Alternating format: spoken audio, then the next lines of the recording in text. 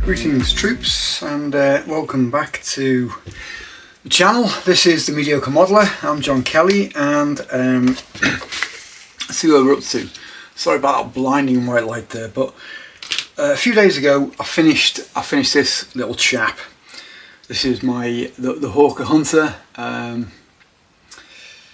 It's Revell's Hawker Hunter in 1:144 scale, and it was, I don't know, I'll be doing them again. I mean, it was quite a nice build, but it was frustrating.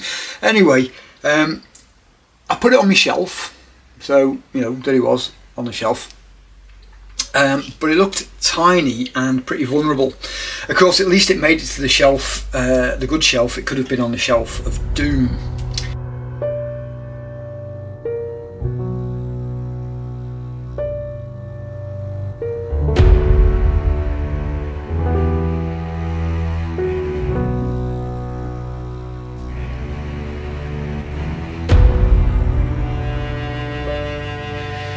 But I thought what it needs is a little base, so I'm going to do a little base for it. And essentially, what I've got in mind is something that's going to look like it's going to be about this big. So I don't want it absolutely massive, but I want it to take up a little bit of footprint on the shelf. There you go. So it'll sit there. Something, nah, it's gonna have to be bigger. It's gonna have to be bigger. It started already. Oh,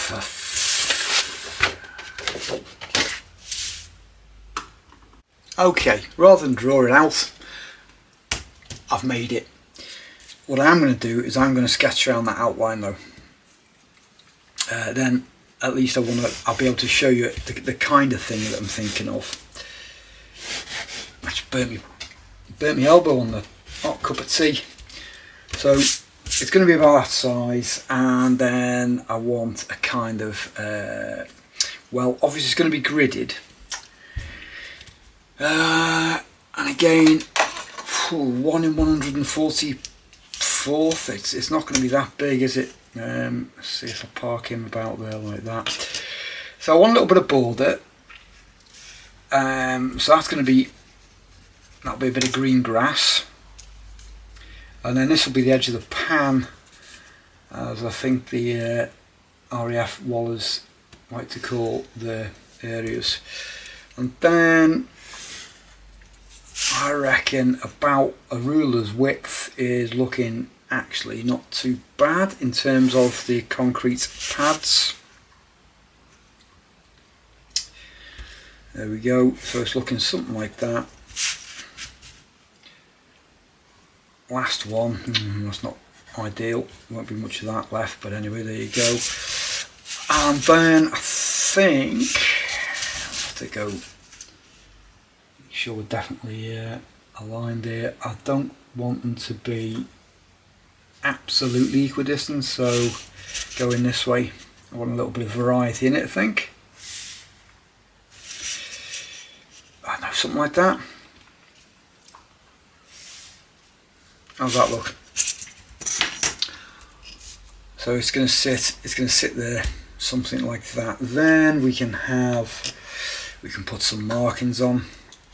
So we could have, if I just use a little bit of, what have I got in here?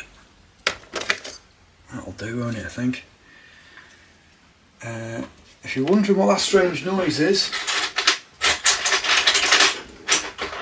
that's the dog in the background, as ever. He's chewing on a tennis ball. Who knew? Yeah, so we could have, a couple of yellow lines. That looks good for yellow line for now. With something like, let's say if it's facing that way, we could have something on the pan there. And I don't know, perhaps another arced yellow line. I mean, it's just nonsense, but just provides a little bit of interest.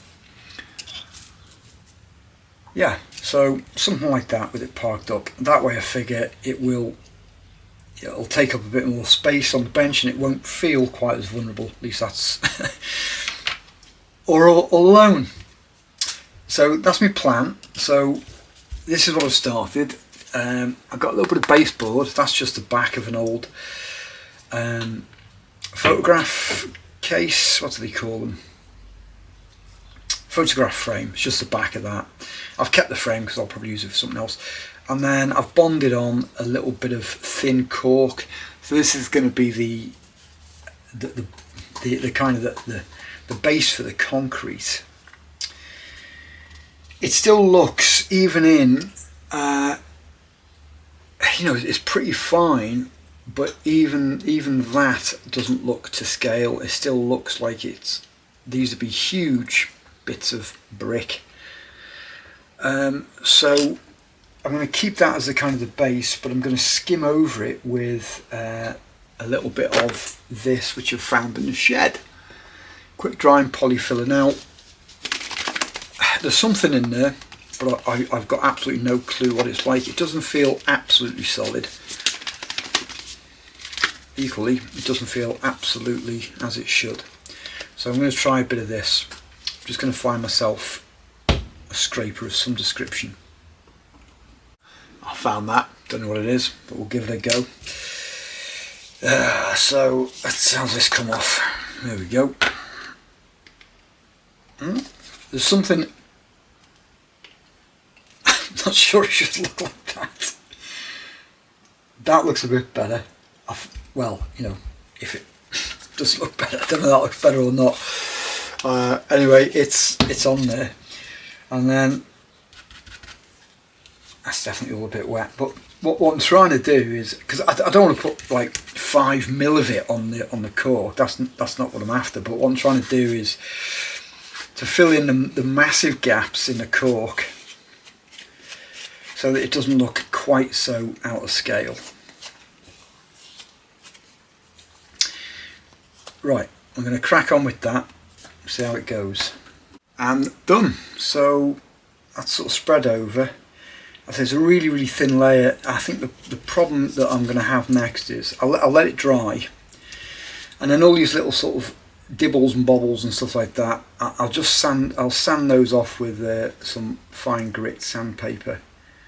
Like I said, I don't want it completely smooth, but equally I don't want it absolutely massively out of scale. We've already chipped a bit out of there, so I'll have to make that the grassy corner.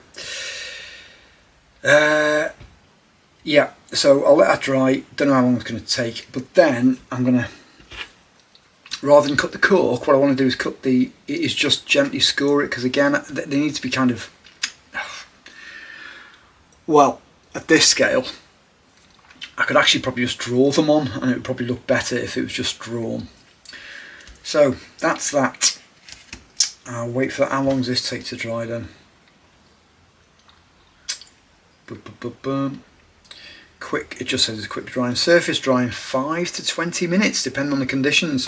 Well, I reckon I can improve that because I've got a hairdryer, so I'll get that on and see what we can do. Okay, so there it is. I dried it with the hairdryer. It took about 3 minutes. I've knocked it back with whatever that is, 600 grit. And I've tidied the edges up as well because they were all overhanging. Not quite sure what I'll do with those. So now I need to have a go at scoring these lines, and let's see how it goes. So use my little template. My big bald head's going to be in the way now, so I'll just pause this for a minute. Right, I don't know if you can see that at all, but yeah, there you go. I've just scored in those the panel lines. Really, I don't want them to be much deeper than that. Like I say, I'll probably highlight them rather than actually try and get a wash into them. And then now my noggin's out of the way, at least I hope it is. So I'm just using my steel rule, and I'm using the back of the X-Acto knife and just scoring it,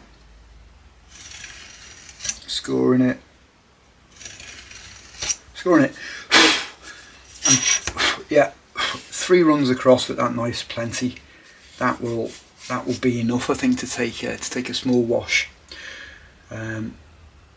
Good. So I'll crack on and get those lines scored in. Alrighty, and there it is, all scored up. I think that should work. So some of it's come off a bit deep, but I think it should be fine, hopefully. Right, so I'm going to get painting that now. I'll have a think about the colours. And there we have it. That's primed, so I use the Autotech grey primer. Just slapped a load of that on, again banged it with the hairdryer. I do need to do something about that, but I'll put a plant in it. That's what I'll do, I'll just grow a plant in it. But I think it already looks pretty good. So now the fun part begins, I'm guessing, if you're into that kind of fun. So get some different shades on there, to kind of different washes and shades and all that kind of stuff. So I'll have a little think about that. Well, not quite 50 shades of grey, but let's see what it looks like. I'm going to start off just painting them in, so we've got sort of some differentiation between the different blocks. I'd say this is more, I don't know, I'm not good with paints, you know, but I'm going to call this more like a filter than anything else. So it's pretty thin. It's not a wash, but it's certainly not thick paint.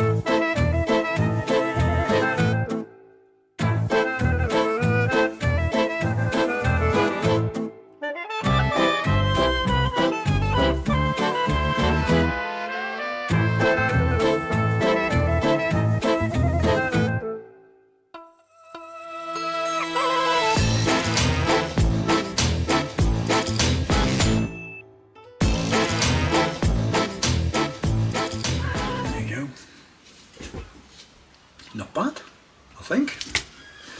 Right, I'll dry that off.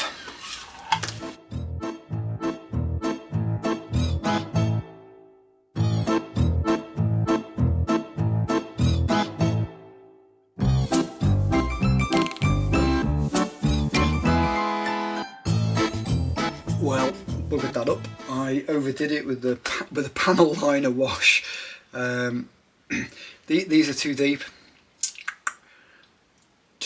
Two slices, not 3, would have been better. I'm not going to do anything about it. I can't be asked.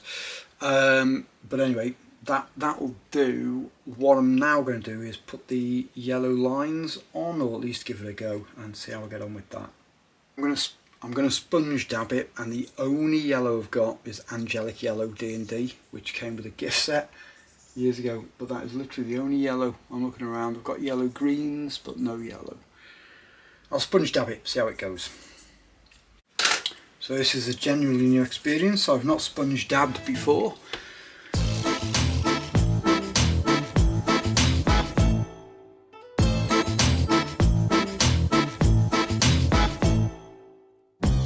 Okay, sponge dab has been sponge dabbed.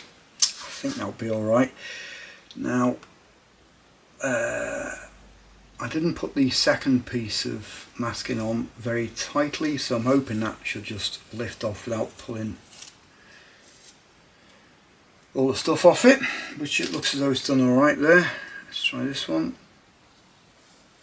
And that one's a little bit tighter because I was pressing on it. Oh, look at that. Oh, bugger. So that's alright. I'll say it's free weathering in it. More free weathering. I guess it's in the right place as well, on the cracks.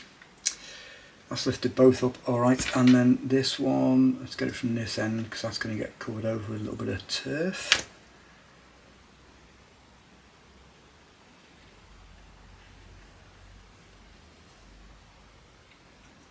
I think that's alright. Let's see what he looks like on there.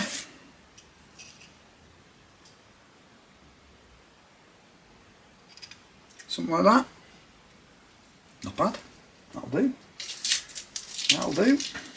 So I've whacked on a few little enamel oil stains. I might do a couple more. I've browned that out. I do want to put a number on it. I want to put 3B on, or I don't know, 1A or something like that on there, but there's no way I can do that freehand. I'm just not that good. So I have got some Frisket mask here.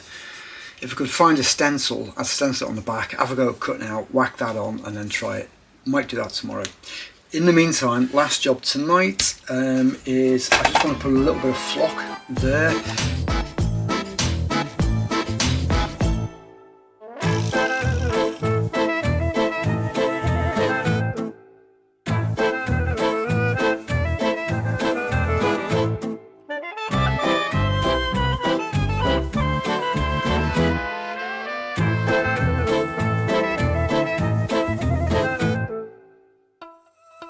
That'll do. Right, so I think that's me done for tonight. I'm getting a bit tired now. 20 past 9. The other half will be getting back from a bat survey soon. But that's what it's meant to look like on my plan. I'm not going to do that. Curved circle, can't do that. Let's see what he looks like on it. About there, do you reckon?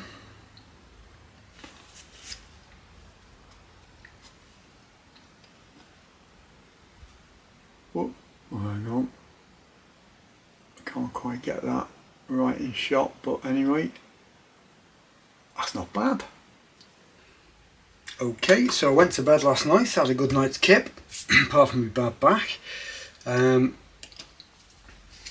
So there it is. I'm just going to zoom out a little bit, and I'm thinking, how am I going to put this numbering system on it and which way round is it going to go? So there's a couple of options. That way round with a number here, or that way round, but then the number's not quite in the right place. I guess I could put the number there. Anyway, how am I going to do the number? Well, I raided the kids' crafting bit, and I found one of these, and I found one of these. So that is an oil pen, great on dark surfaces. Toll auf dunklen Materialien. There you go.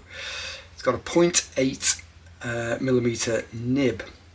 So I've had a little go, and they're not lined up, but that's how it's gone. The B's not very good, don't like that. C's alright, 3's alright, 5's okay, D's okay. So I think I'm going to call it 3C. I'm going to whack it on there now and just see how it goes.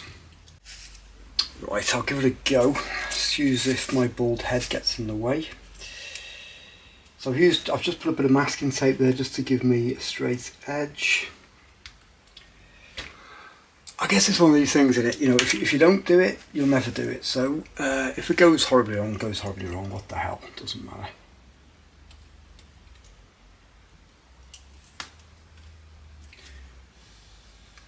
There's a 3. Now, because it's oil, it does take a minute or two to dry off. Let's dry enough. I've already made a mistake, but such is life. Right, so, and the C is going to go next to it. Actually, you know what? The C works better that way round. I can do it that way round because it's a C, so it doesn't make any difference. Let's see if that works, and let's see if this works.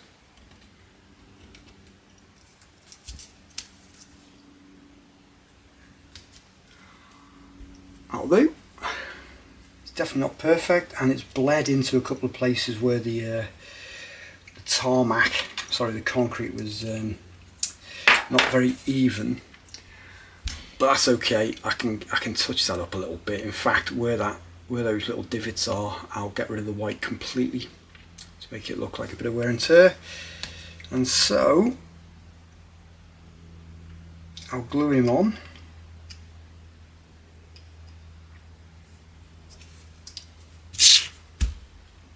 And that is that. I'll get a few photos up and the revolving plate and get that up online. Cheers troops, I hope you enjoyed that.